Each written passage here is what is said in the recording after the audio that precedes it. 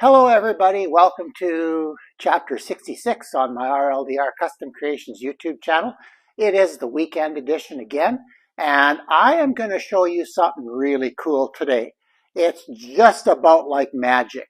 So hang in there and follow along. This is a good one.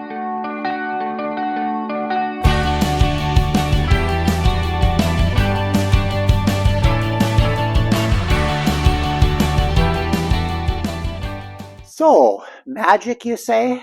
Well, first thought I'd tempt you just a little bit today with a little video on a process called marbling. I got introduced to marbling at the 2011 Saskatchewan Turning Symposium. During those years, I was teaching, and thanks to the Saskatchewan Woodworkers Guild, I was given 2 extra tickets so I could bring 2 students along to see what was going on. And I picked, I would say, 2 of the best turners I've worked with in our high school program, Mandy and Alex. And they came along and they were exceptionally good. They planned their day, they went to things, and at the end of the sessions, we'd always sit back in the lunch area and kind of debrief and tell each other what we had seen. And after they had gone to see the marbling demo, I forget what I went to see, but they told me, Mr. Friesen, you have to come to the next one. We need to be doing this in school. And what they meant by doing this is marbling. So this is a palm cross that some of my students were into, and when I went through my basket of things today, I found them, and I thought, well, I needed to practice a little bit before I shot a video, so I just took one of these and colored it. So the nice thing about this is the design is so intricate, and people would always come up and ask, well, how did you do that? And then, of course, I'd start horsing around and say, well, you get a really, really, really tiny brush. And of course they knew I was not telling the truth. So it's really a fun way to put color on your projects. But getting back to Mandy and Alex, they were the 2 faces of marbling in our school until they graduated. Marbling and woodworking, although they complement each other when you're finishing, don't complement each other when you're doing. So, for example, marbling in a dusty shop, that doesn't work. So I would set up the marblers in the classroom, and I'd be in the shop teaching the other woodworkers, whatever. And I would liberate Mandy and Alex from their classes, and fortunately they were both really good students, so their teachers had no qualms about them coming to teach marbling to other kids. So, and that's a great way for your students to learn too, is to let them teach something that you don't have time to, because that's the way they learn the best. And both Mandy and Alex very quickly surpassed my ability in marbling. So thanks to them for doing what they did for students at Waldheim School through those years. The students really appreciated it, and so did I.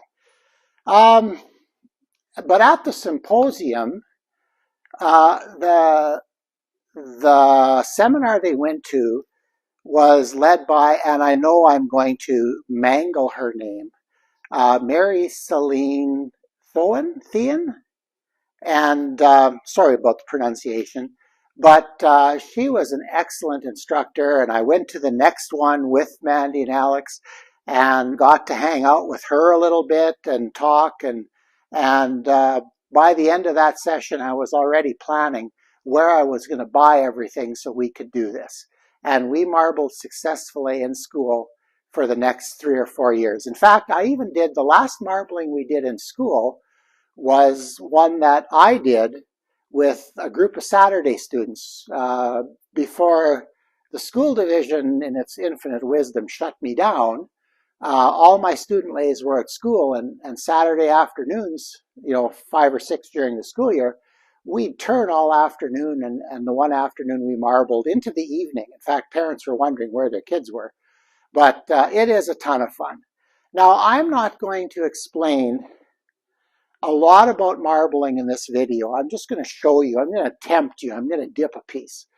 But the reason I'm doing this today is I think I'm at about 185 subscribers now. So we're going to do another subscriber giveaway. So at 200 subscribers, we'll probably use the same process that I did last time, unless I can figure out a better way to do it, but I'll keep you posted. I suspect the videos where I start to have like 197, 198, I'll announce it, and but I'll show you what you're going to get today, because we're going to marble it today. So we've got that 200 subscriber giveaway coming up, but marbling is a really, really cool thing to be able to do, and it's not super expensive to get into. So if you'd like a more in-depth demonstration, please leave a note in the comments, because I think that would be a good video topic or two to do. And there is stuff on the internet, but there's not much about marbling turnings and small woodworking projects. There is lots on paper marbling, but not so much on woodworking. In fact, the largest project we marbled at school was we did a couple of 4-foot long longboards. So we did longboard skateboards. I had a trough for it. It was amazingly cool. In fact, one year, Alex helped me, maybe 2 years. Alex helped me with our donation skateboards, and she was out of school already by then, and she came back to school and marbled. We marbled 10 skateboards that we donated to Denny Carr Secret Santa. So yeah, this is fun. This is just cool. So with that in mind, I'm going to maybe close this part of it with a couple of thank yous. First of all, Alex and Mandy, I could not have done it without you guys in school. I was so appreciative that you guys hung in there with me, and you did it. Mary, I'm not going to butcher her last name again, for providing the class, the Saskatchewan Woodworkers Guild for putting us in there, and the club as well, the Turning Club. So yeah, when I come back, we're going to put something in the tank. Okay, well, what you're looking at is a plastic container here that's got about 4 liters of water mixed with, well, actually 3.8 liters of water mixed with 30 milligrams of carrageenan. Carrageenan is a thickening agent that increases the surface tension of the water. So the paint will suspend on the water. That's the magic of all of this. Now, we're going to be marbling this piece here. And I've got it rigged up to hopefully put it in the way I want to. Sometimes hooking things or rigging things to dip it properly is the challenging part. But this needs to be in a bath of water and alum. Now the alum acts as a primer. It helps the acrylic paint stick better. So that's the process. So what I'm going to do is I'm going to just show you a little bit of the magic today. And hopefully I can make this all work. But so I'm going to take an eyedropper and I'm going to start dropping color onto this paint. Hopefully this shows up okay. There we go. Yep, it's maybe a little bit hot. I maybe need to play with these colors a bit more. But I'm just going to go with what I have. If there is interest in having more demo on this topic, then I'll prepare my colors a little bit more carefully. But it seems to be dispersing. The other handicap I'm working with here is I've turned off the bank of lights directly above so that there is no so that there is no glare from the light. And hopefully you're seeing this. Oh man, it's almost better through the camera than it is looking at it directly. So I'm loading color. I'm putting the blue in. Now this is I'm using golden fluid acrylic paint. Golden is recommended because of the pigment and everything that they use. It's good quality paint. So that's the paint I'm using. And it kind of hits and then disperses. So often I've seen marbling that has been done by students, and they don't put enough color on, in my opinion. So I'm trying to avoid that today, and we're going to put on lots of color.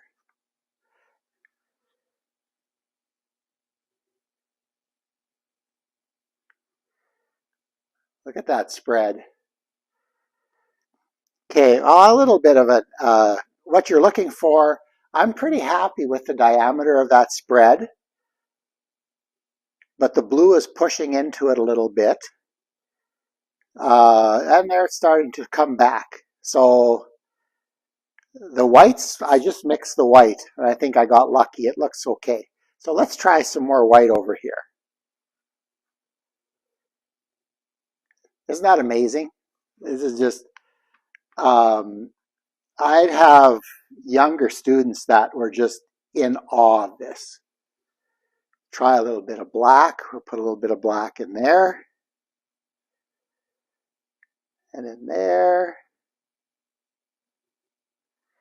Maybe in the corner there. Can I drop another drop? Nope, go back for more.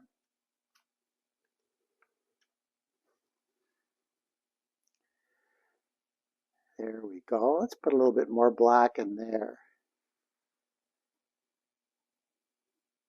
And you just start building color. So now I'm going to try something a little different. In the practice this afternoon, I didn't use any bright colors, so I'm going to put a yellow in there.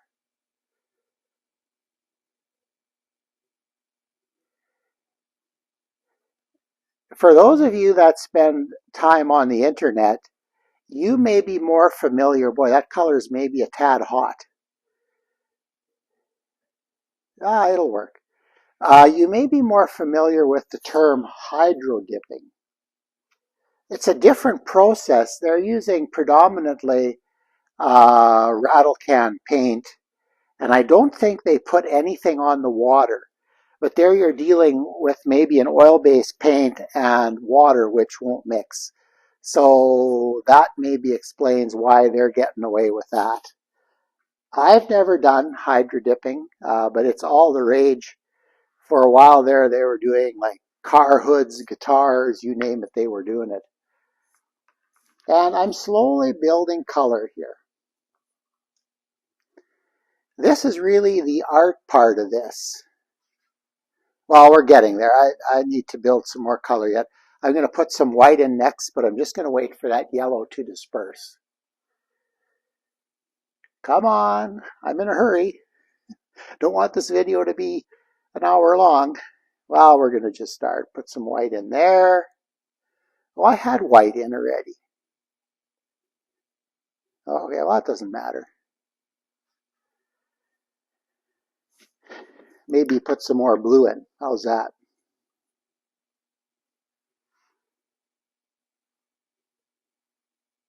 Like how decisive I am. I set over one place and I'm going to drop it there, and then I quickly move. There is more to this than I'm showing you.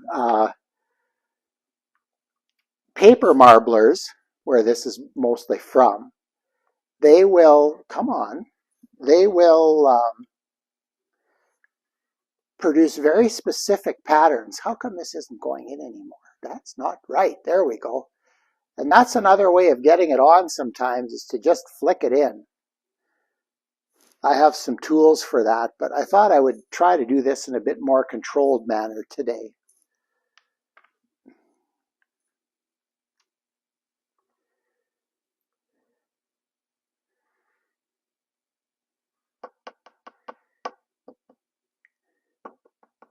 Mandy and Alex can be very proud. Some of these colors uh, they diluted. You can't usually use the acrylic in its natural form. It needs to be reduced a little bit, but it's not a lot.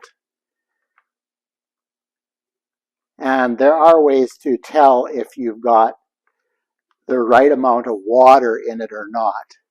But that's, like I say, if we do a marbling video,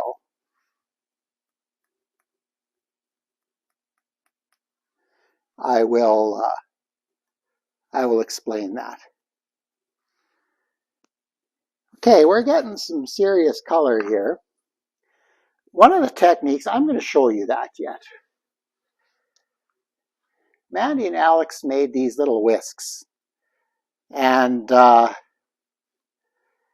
going to use one of them to put color on. So basically it was just kind of spritz it in, which actually works pretty good. I like it.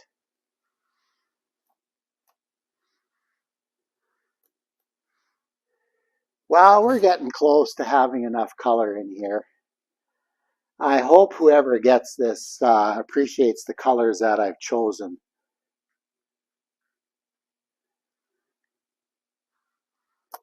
Oh, that was, oops, slipped. And maybe that's another nice thing about this.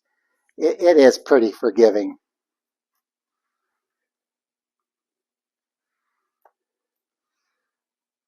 I like to get lots of paint on because I like vibrant colors. Well, I think we're going to leave it at that. Okay, now putting a design in it. Well, if you're a paper marbler, there are all kinds of patterns that you can do. But I would classify what I'm doing here as freeform. I am just going to pull these colors around until I get an area that I'm happy with.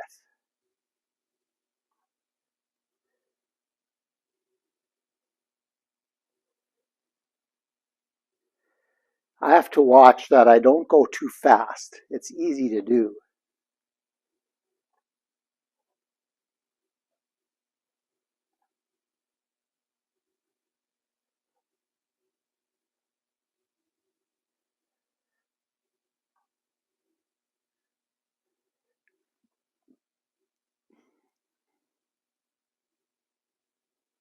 Yeah, and I am going a bit fast and drag some of this yellow in from the side.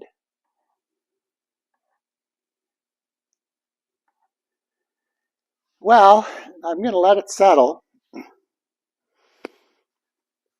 And then we're going to dip it.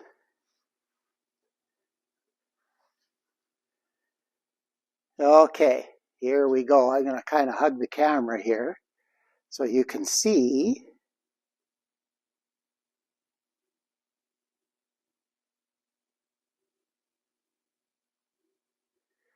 And there you go.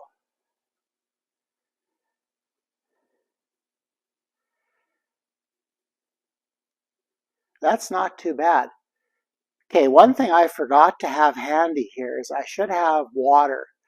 Believe it or not, this can be dunked right away. I can rinse this. I can take it to a tap and rinse it, and the color will not come off. I think it's pretty cool for a person who hasn't done this for, oh shoot, I think the last time this got done was a Saturday afternoon turning class that I did at school. The last one we ever did in May of whatever year that was, 2017. So yeah, I can live with that. So anyway, that's marbling. So I'm going to go rinse this, and then I'm going to bring you back, and we're going to close off this video. Well, here it is. Off camera right after, like I didn't wait more than a couple of seconds, I quickly went to the sink in my shop and I rinsed this with water. Water fell directly on here under pressure. It does not come off. So what I'm going to do now is I'm going to let this dry, and then I'm going to cover it with clear coat. So I could just wipe it on. I could use wipe on poly, but I suspect maybe, I'm not sure about this yet, but I may spray it with lacquer. So we'll see what happens, but I'll make that decision. But this is for my 200 subscriber, or the first one or second or third, whatever number I pick, that gets back to me in the comments when I post that video. So hopefully this will go to somebody who's been watching all my videos, because I really appreciate them. And if you're new to this channel, we'll probably be doing a giveaway every 100 subscribers till 1,000, and then we'll see what happens. So maybe by then it'll be the year 2030. And yeah, anyway, let's just leave that alone. But yeah, this is pretty cool, this process. And again, if you'd like to see a full-blown marbling demonstration, I suspect that with Saskatchewan Woodworkers Guild starting up again in September, and now I'm going to be a member, but I'm also on the executive, and I'm in charge of demos. So I think this is going to be the first demo for the September demo for the Guild. And then I'll take some video and maybe make a couple of part series about doing this. So it's really easy to master once you've done it a couple times, and I can't stress enough the importance of just playing with it. I spent most of the afternoon just playing. I mixed. You have to think ahead when you're mixing up your water and carrageenan to suspend the paint on. And the alum, yeah, you need to mix a day in advance. But other than that, it's pretty straightforward to work with. I'll probably skim this off, put this back in the fridge maybe, and play with it again a bit tomorrow. But yeah, this is it. It's a lot of fun.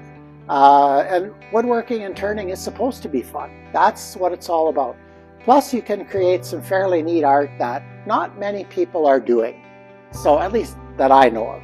So anyway, with that in mind, everybody, thank you so much for subscribing. The number of subscribers has gone up pretty substantially in the last couple of weeks. Like for me, I'm quite happy with it. So if that could continue, that'd be wonderful. And if you want to talk to me in the comments, I try to check every day, but if I forget about you, I usually check on my computer at least once a week. I should do it more than that, I know, but anyway, that's another long story. So with that in mind, everybody, thank you. Please like, share, and subscribe, and we will probably see you again, I'd say probably next Thursday or so. So hang in there, have an awesome Labor Day weekend, and we'll see you on the next video.